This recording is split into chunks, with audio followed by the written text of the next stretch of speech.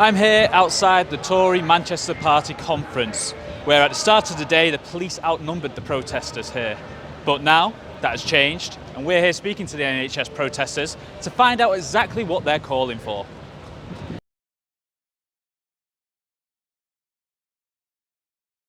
In our department, morale is probably at its lowest when it comes to career progression and pay and where the profession's really going.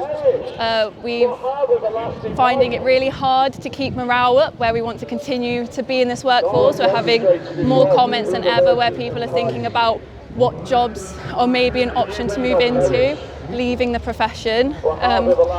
It's very hard being a young member of staff wanting to seeing a future in where I'm going to be going. So that's why I'm here, to ensure that we have that future. It'll limp on, won't it? Because there's no other alternative. For most people, there is no other alternative. You know, I am fortunate. I'm articulate. I know the right people to speak to. I can get things done. But many people don't have that, you know, and those are the ones that are getting left behind. And the health service will be there for them, but it will just be of such poor quality.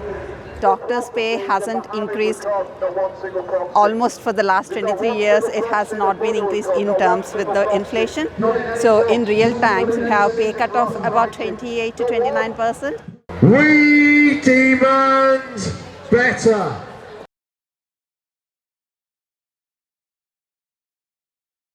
Some people are leaving medicine altogether. That's even sadder. And yeah, people are moving to Wellington in New Zealand, Australia. People are moving away from UK quite a lot. My dad was a consultant, my mum was a nurse, I was a doctor. This is my daughter Daisy, she's a junior doctor. And the way that NHS has been decimated over the last 30 years is just catastrophic for patients and now catastrophic for staff.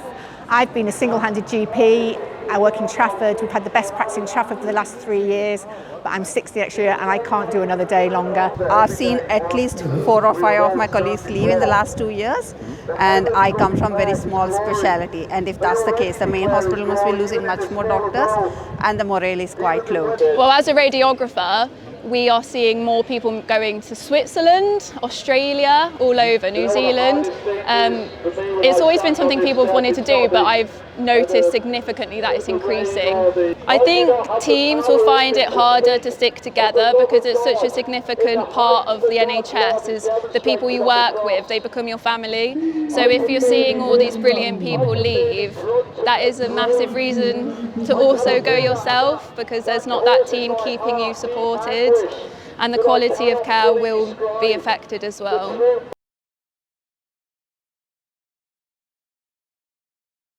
People talk about pushing privatised healthcare. The amount of services that have been privatised already that people don't know. You know, if I order scans, they get reported by private companies. If I want people to have scopes, they get camera tests up and down. They get done by private companies.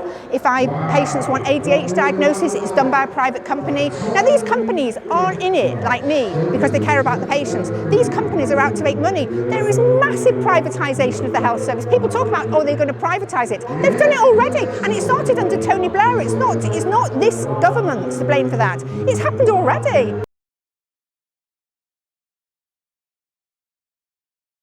I feel like my management are very good with that situation. They're very good at trying to keep morale high in other ways other than, like, obviously they can't give us that financial incentive to stay, but they're trying to do it maybe in well-being or career development, which is always a benefit, but there comes a point where it's not enough.